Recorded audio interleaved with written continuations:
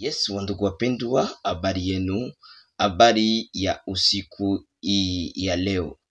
Tumewasalimu malipote mnapokuwa kwa masaa za usiku huku kwetu, lakini kwa masaa ya mchana kwa wengine ambao wanakuwa huko ngambo za Amerikano.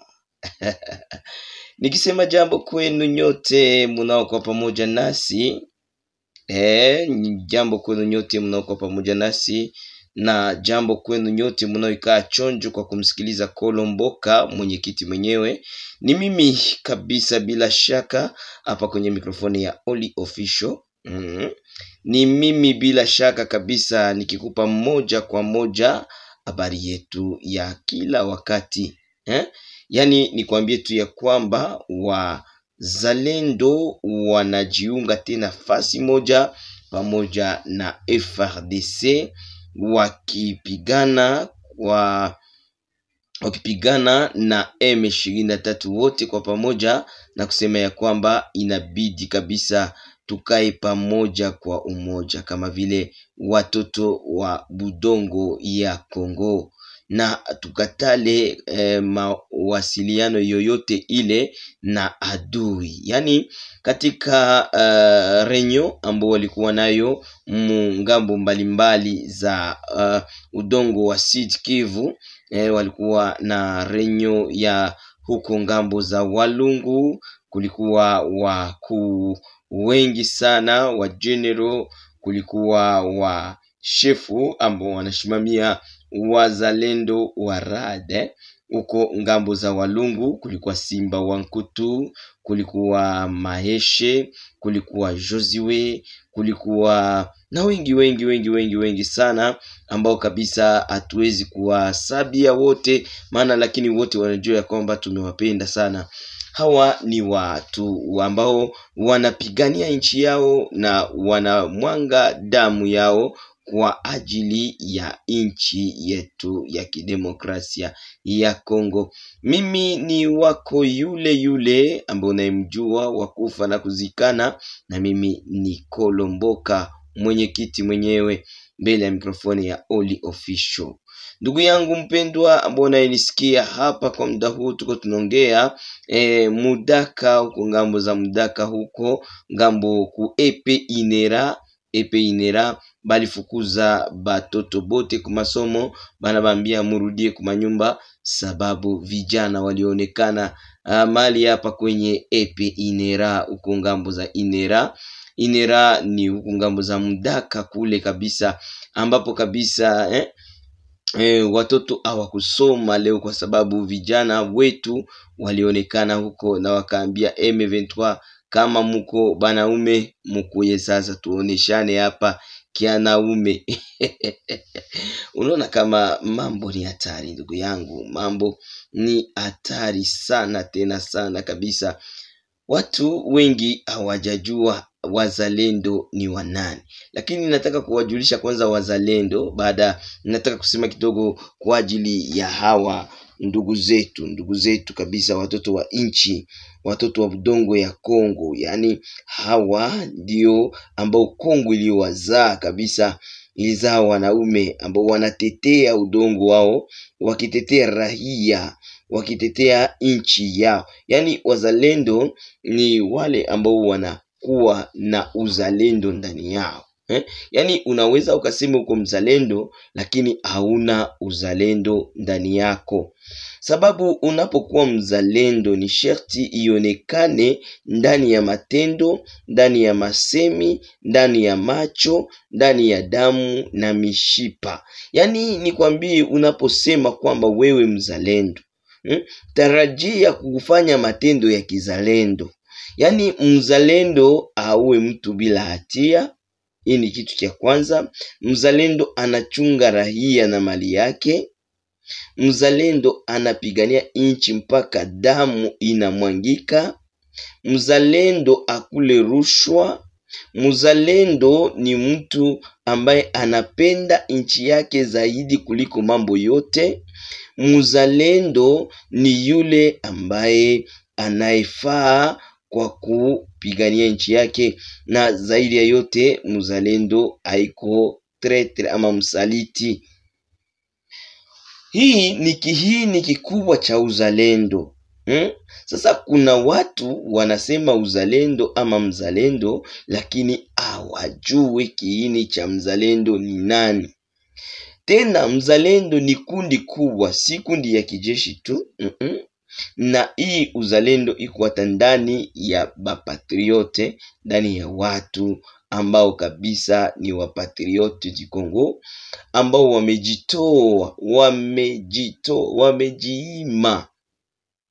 wamejiima. Yani unaona mtu anajiima. Oh my God.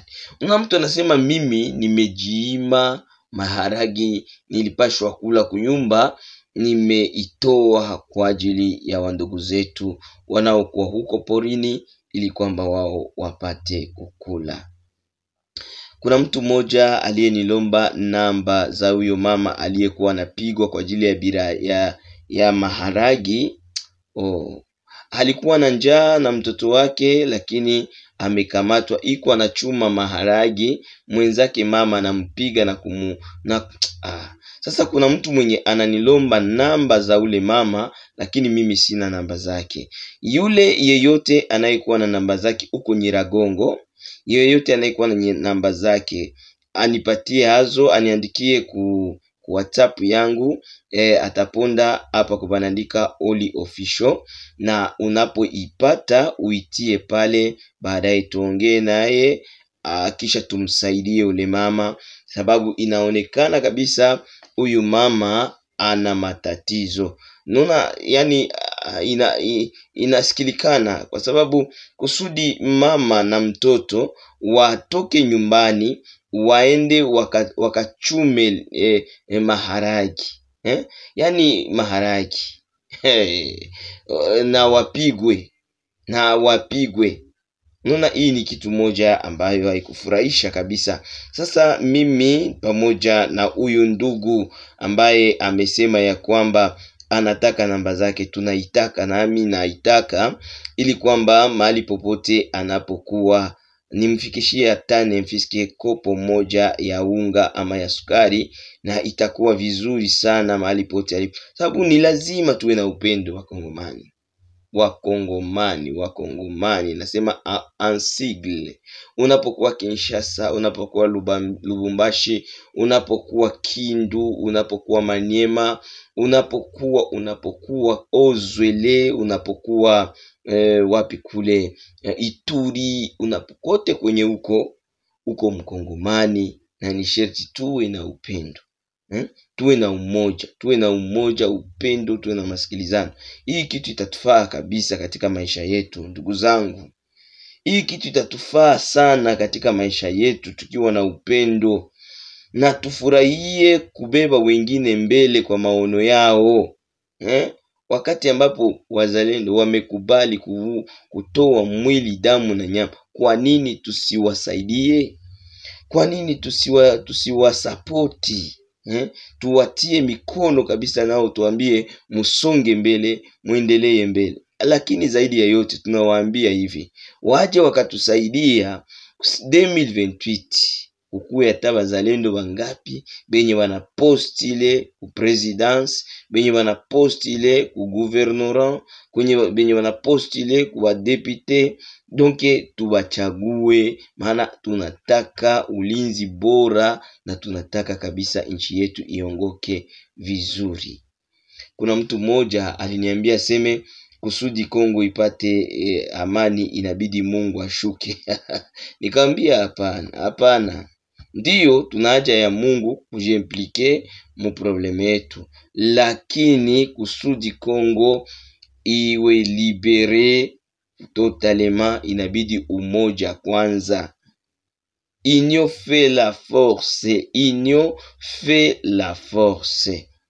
Huyu mama tunataka namba zake, mwenye anayua namba zake azitupatie, mimi niongee naye. Baada ya kuongea naye, nitoe msaada yangu kwake, asikose tena chakula cha kila siku. Na hapa kabisa inaweza kuwa vizuri sana tusaidie wazalendo na tusaidie population congolais. Kuna watu ambao wako wanakufia mnyumba juu ya njala kabisa. Unaona mtu anaanguka, unaona mtu atokake tena, unaona mtu donc unaona ni problem, c'est bizarre. Sasa unajikutana huyu mtu mwenye apate chakula, kulipa nyumba ni namna gani? Sababu hapa kwetu Goma tunajua shie bote kama watu wanaishi muto du jour, wanaishi muto du jour. Hapa Goma, mjini Goma hapa kwenye niko, kila mtu anaishi juu alitembea, juu alitoka, juu alifanya hivi na hivi. Ndio maana tunaishi. Sasa unakutana vitu vyote viko bloqué. Ba fonctionnaire habatumike, ba chef wa l'etat ya mairie habatumike, habatumike, hakuna banke, hakuna nini. Unakutana batu kunazungurukia a zero. Alors huyu mama ndio kinye kilituma anaenda iba maharaki. Lakini wa ndugu zangu, mimi nawazia hivi, anayepigwa na kuuawa ni yule aliyetoboa nyumba ama yule aliyeiba vitu vinavyoonekana. Lakini huyu mama anaiba maharagi na anaambia mwenzake, anamwambia bwana, mie nilikuwa njala na niko njala. Haiko sema nilikuwa njala, niko njala na hivi nemfiske ningelipata bumaragi budogo juu niende nipigie batoto benzako bakule na mambo yendeke vizuri. Lakini mwenzake alikamata fimbo pamoja na njala ile, pamoja na nini, alikamata fimbo kumpiga yeye na fie wake. Ilileta huzuni. Et aussi huyu mama il faut akue recherche partout ili kwamba tuyue kwa nini anaweza piga mwenzake vile kwa ajili ya punja ya maragi. Kwa nini angekamata basi ile punja ya maragi, anambia mama, shie bote tuko na njala, shie bote tuko hivi, lakini mama usiongeze tena, kamata tabo bishogolo budogo uende upigie watoto. Inaleta huzuni sana. Huyu mama anakamata kamera iko napiga mwenzake na anamfotoa vizuri sana ili amtie kumtandao kweli. Kuna watu wengine wanajaa hasira na ulozi ndani yao. Wanajaa ulozi ndani yao na roho mbaya. Watu ambao hawezi penda kusaidia wengine. Hata kama mimi mtu mwenye anatoa chakula, siwezi kamuue. Sababu najua ni njala. Juu naye hata aende chakula aende ayujishe, naye ataenda aipige. Sasa wewe kama ukuichuma, inaonekana kama wewe una vya mingi ndani ya nyumba. Sababu ungelikuwa na wewe uko njala, ungelichuma hayo. Et aussi kitu ndeza ambia ba Congolais, tufanye hii liaison ya kupanda, mupanda talengalenga kumbele ya nyumba yako. Kamata kipine, pardon, niwaambie siri ya maisha na kukimbiza njala munyumba. Kamata ta kipine kama unaweza kipata. Wala kama upate pine, kamata ta kibateri kenye kinshaisha, ukitobole ukate amu ikale ile kile kikitike ayo, kile kitu nanikia kibake kiayo kile. Tia mo udongo. Baada ya kutia udongo ndani, tia mo lenga utaota. Na ingelikuwa mzuri kamata kipine, tia udongo katikati, panda panda lenga, panda mabitu pale. Mimi nakwambia utie tu pale nje mbele ya nyumbako, Mungu ataimunyeshia mvua na itaota. Ili kwamba tukimbize hii njala, basi nefiske ulitogotesha mai ya lenga kumoto, na hapa inakusaidia kupatia hata watoto basi banakunywa ile mai na afya tena tarudi tu. Na baadaye tutagombolewa. Sababu wazalendo wako determine kugomboa inchi yao. Hatuna inchi mbili, tuko na inchi moja tu. Nayo ni hii ambayo tuko nayo. Wazashu, watoto wa mama, mupigane mpaka mufike mwisho. Muvai magunia, shetani asituone. Shetani inabidi ajue kama tuko na watoto kudunia.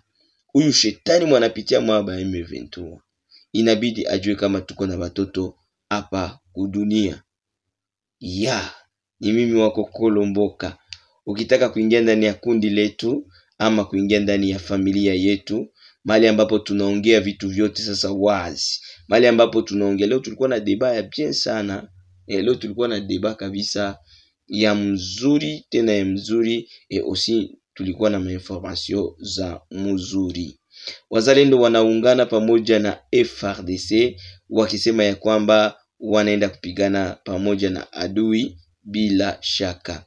M23 imefanya deployement militaire kutoka TP mpaka huko ngambo za Nyangezi, Nyantende, Nyangezi. Wamejaza waaskari wengi ili kwamba wapate kuangalia jinsi gani wanaweza wakashukie ngambo za Uvira. Lakini ilikuwa ni camion karibuni 12 ambayo iliyopita pale kwa essence Major Vangu, sababu ilikuwa mingi sana, ilikuwa inajaa waaskari kabisa. Na kulikuwa camion ingine ambayo ilikuwa inabeba madawa nyuma, na kuna ka ambulance ka waaskari ambayo kabisa ilikuwa inabeba nayo maserumu. Hawa watu walifika mbele kidogo, wakakutanana na probleme moja ya ajabu sana. Yani walikutana na mamaiti ya mingi sana, na zote walizitia mkamio. C'est comme si balikuwa napigana bakakufa, bakakuwa nalundika mamaiti quelque part, ndio sasa balizitosha, ziko zinanuka mbaya sana. Yani ni kusema ya kwamba morgue zinayala mamaiti ya wa M23. Donc ni kusema inabidi tu kukuwa chonjo, inabidi kuwa mayele, inabidi kabisa kukaa na mayele yote duniani, na Mungu atakusaidia. Mama, usiende tena iba kwa ajili ya vitu vya dunia. Wewe kunywa maji ya chumvi, Mungu atasaidia. Wewe kunywa maji ya sukari, Mungu atasaidia. Hivi vyote vitapita, kuna mapito nyuma ya hivi. Kuna mapito.